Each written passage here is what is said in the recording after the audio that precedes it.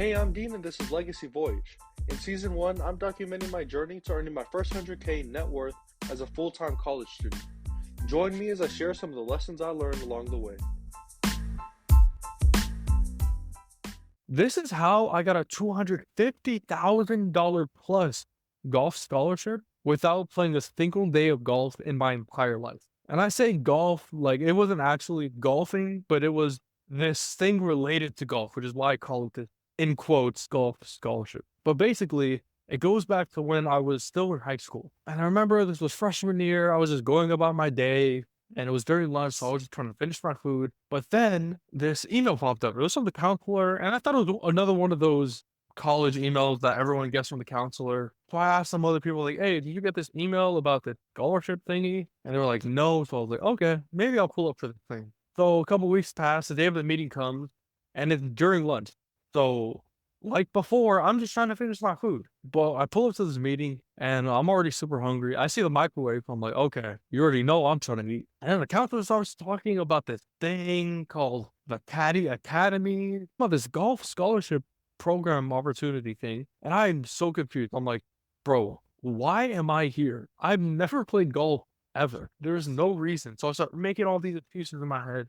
And then she's talking about this program, talking about, oh yeah, they're gonna fly you out there, pay for flight, pay for traveling, pay for living expenses, all the things. They'll pay for food and everything else. And I'm like, hold up, they'll pay for food? And immediately when they said that, I was like, okay, sign me up because I'm in there. And then I got kind of curious and started exploring this thing. I put in my application. Luckily, it got accepted. And the whole gist of this program is that they'll fly you out. I was in Vegas at the time. They'll fly you out from Vegas to Chicago and you're going to caddy out there for 7 weeks.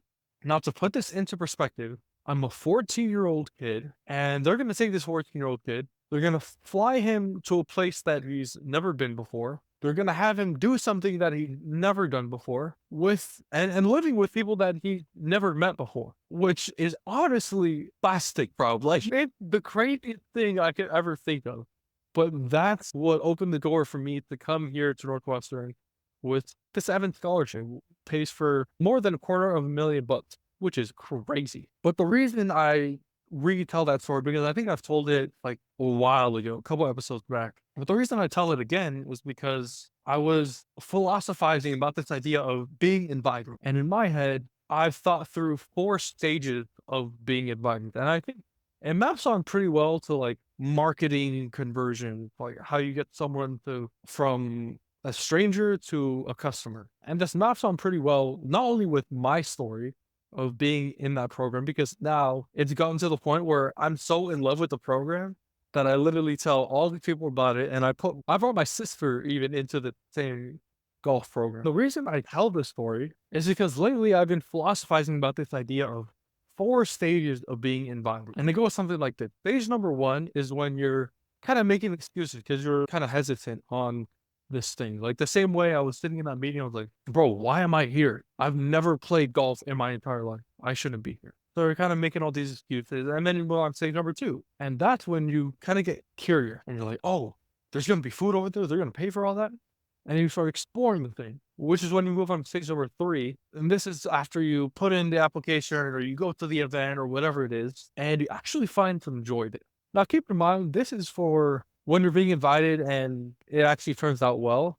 The same thing I think applies if it doesn't turn out well. So you either find joy or you decide that you hate the thing. And then you move on to stage number 4, which is when you spread the word and you're like, oh my goodness, this thing was the best. Or you might be, everyone avoids this thing at all costs because it's absolutely terrible. But I got thinking about this idea of being invited and how it kind of maps on pretty well with this idea of turning strangers into customers or strangers into friends. And it follows what I've learned to be a commitment curve. Now, this is something that Airbnb did in their community as they were trying to grow their community thing. And I came across this because we're working on startup stuff right now. And he talked about this idea of a community commitment curve. And it follows this line where at the very beginning, people are pretty uncommitted. So they're not willing to do things like travel across the country to go to an event or a concert or something like that. At the very beginning in this community commitment curve, the very first thing is like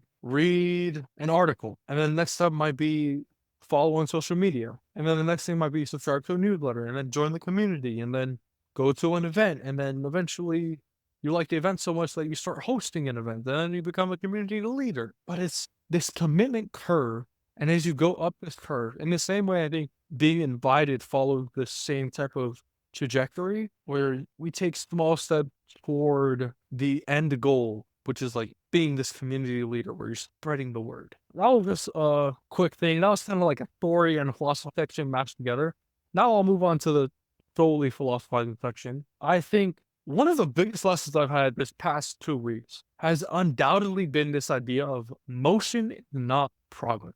Because man, I've been doing so many things, like going through so many motions. I think this might be one of the hardest things about entrepreneurship because I can't pull up to my 9 to 5, clock in, and my boss tells me what to do, and then as long as I do those things, I don't get fired. Because on top of all that, I know exactly what I need to do. Like it's all laid out for me. Whereas in entrepreneurship, you gotta prioritize and figure out what needs to be done, and if what needs to be done is actually in your wheelhouse and what order to do those things and all these different things. And I've seen for myself that I've fallen into this trap of doing things just to do them. Like building the website just to build a website instead of what actually needs to be done for the business to grow, what's needed to be done for actual progress.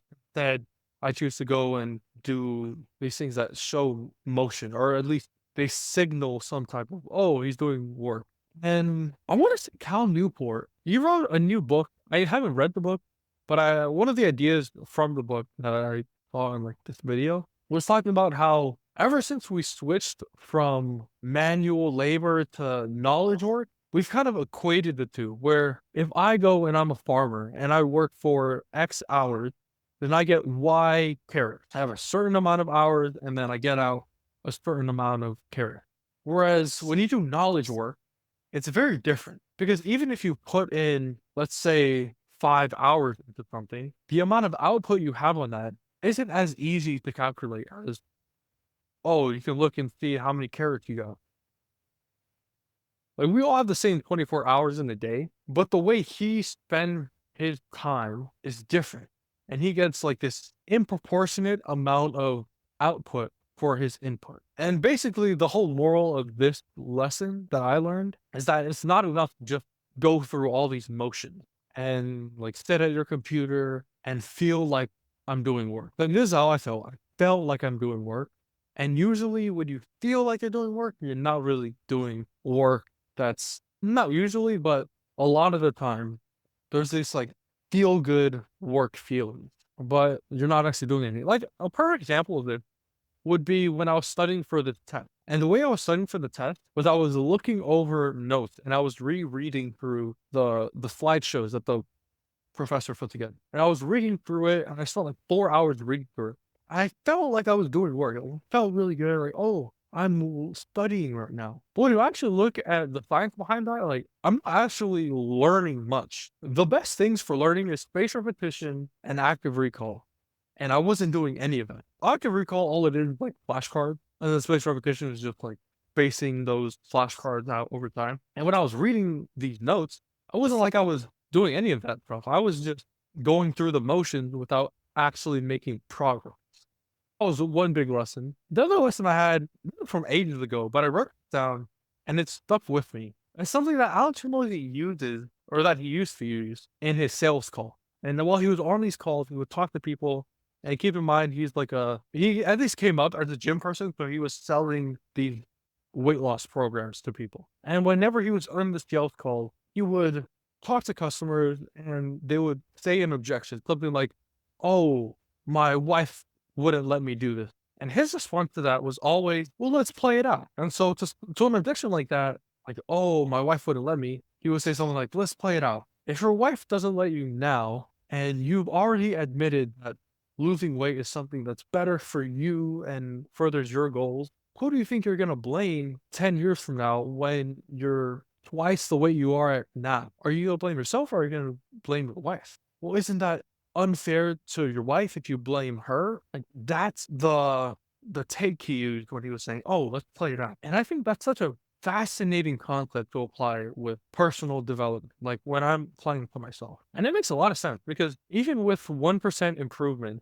if I say, oh, let's play it out, then with 1% improvement every single day, I will be way further than I am right now. And vice versa, if I do 1% stagnation or declining, whatever word you use there, and I say, let's play it out, then I'm going to be way worse than I am right now 10 years later. So I think it's a helpful frame, just envisioning the future and how choices now affect the person that I'm going to become. Another quick thing, this isn't really like a philosophizing thing, but this is just something that came up in a conversation I had a while back, where this person, I believe she was Polynesian, and she worked in like the social care space, social work, something like that.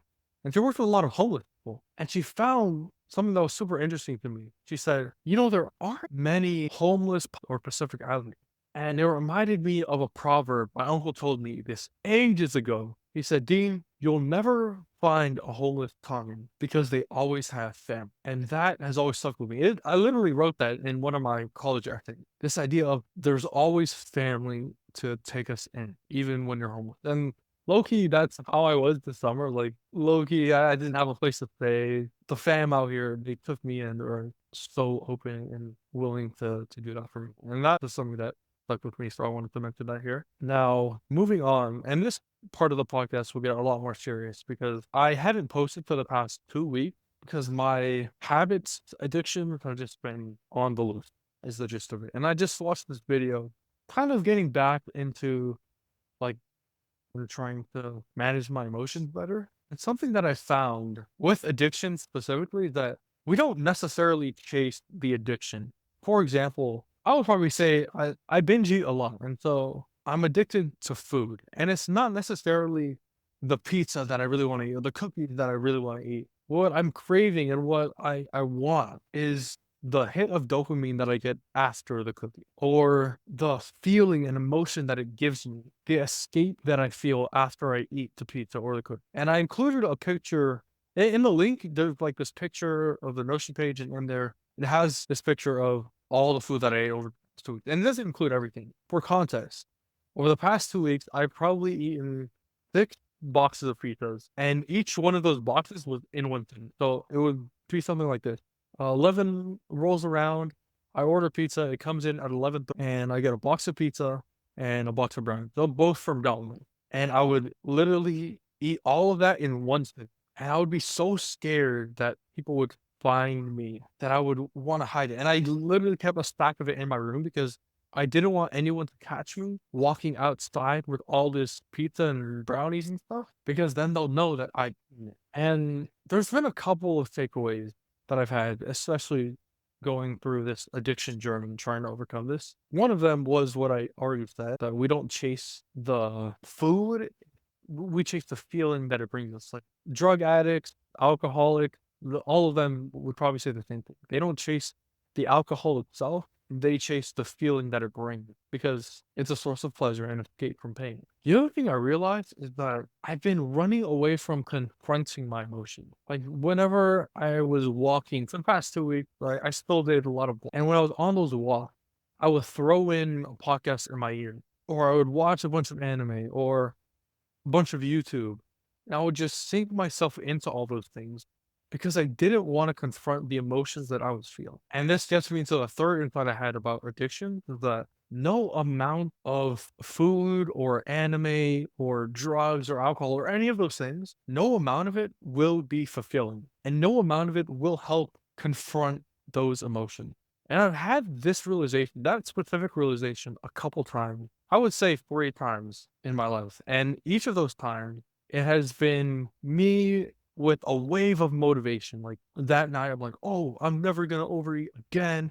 I'm going to be perfect with my diet from now on. And then I go and I do all the things. But then the next day rolls around and I just fall back into it. And so I think it's super important recognizing that, especially in those waves of motivation, trying to use it to your advantage for sure. Like that's what I tried to do. About 2 nights ago, I was hit with one of those waves of motivation. So I deleted all the apps like YouTube and all that stuff. And I put a website blocker so I wouldn't go to the anime website. And so binge that just as a way to hopefully help out. But the most difficult part about all of that is when the emotion, or not the emotion, and when the motivation is down. And that's honestly still something that I'm trying to workshop through or figure out how to go through it now. Because when I think back, the healthiest I've ever been in my life was this past summer when I was in camp. And honestly, one of the biggest reasons for that was because of Jesus. And this kind of connect all the way back to being invited because that's kind of what I found. First, like being invited to church and to learn more about this guy called Jesus. I'm like, what the heck? I don't need that guy. Who is he? And then I got sort of curious, started exploring, so I went back to church and started reading a bit, like the Bible and the Book of Mormon and all the things. And then eventually I found joy. The only thing is that since a year ago and right now, I have kind of turned away from Jesus. Not necessarily like actively turned away from him, but it was more so passively. I just happened to drift away and my focus was more towards other things. That was probably because I've kind of shifted my priority, especially of late. In the past month or so, I've probably placed too much of my priorities on my wealth and my people. And not to say I shouldn't prioritize my people, but I haven't prioritized my own personal health enough.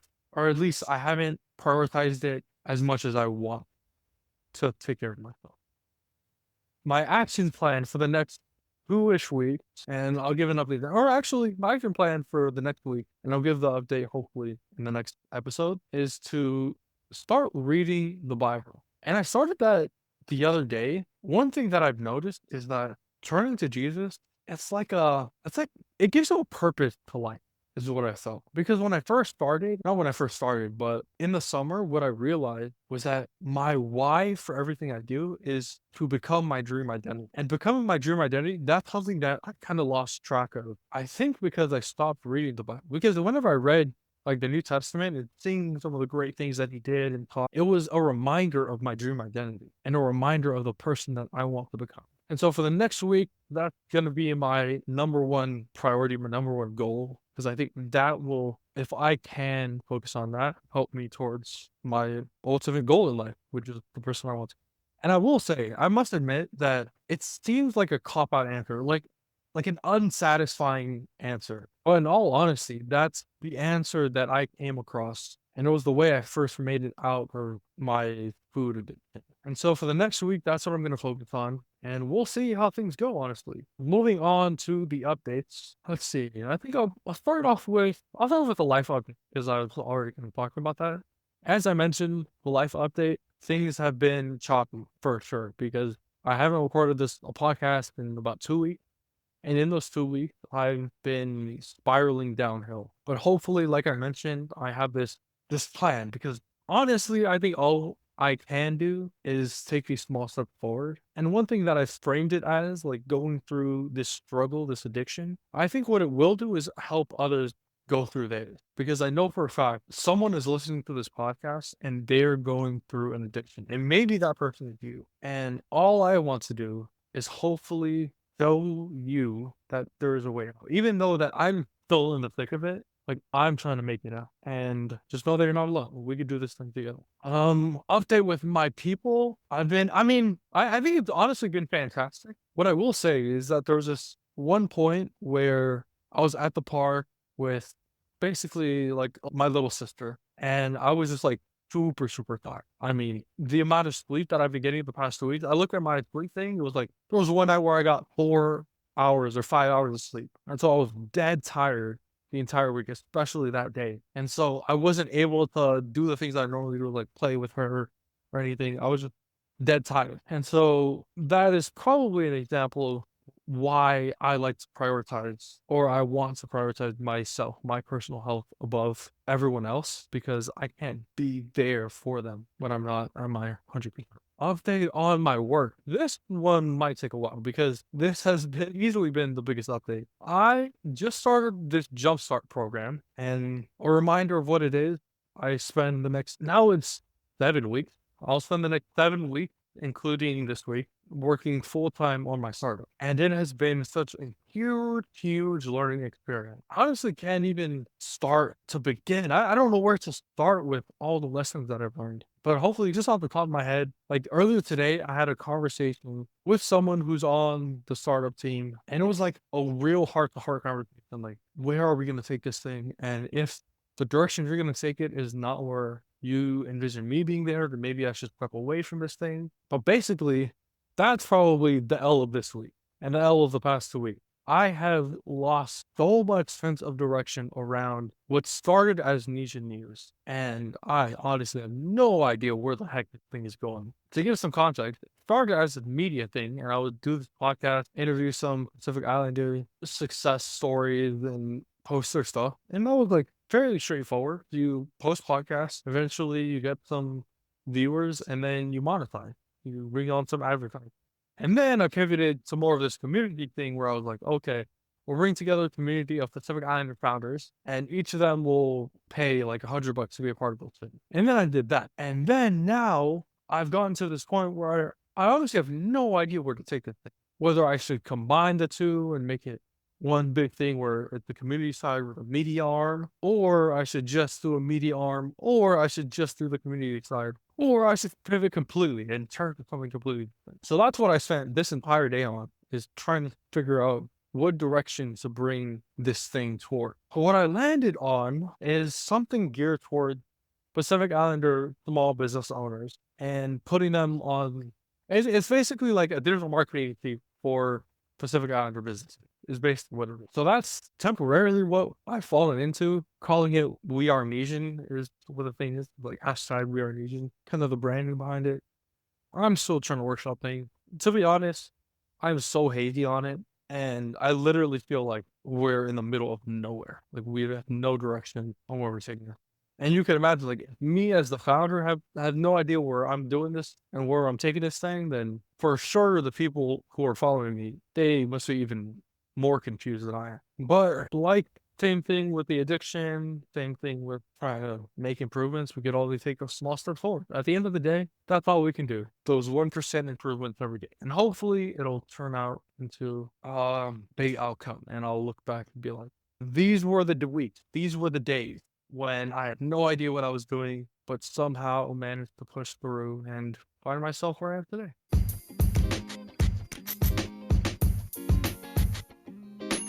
I record these episodes completely free to share success with everyone. So the only thing I ask is that if you learned anything or found something interesting in this episode, just leave a review and share it with a friend. Only takes 5 seconds and it would mean the world. Thanks, and I'll see you in the next episode. Tatok, see you.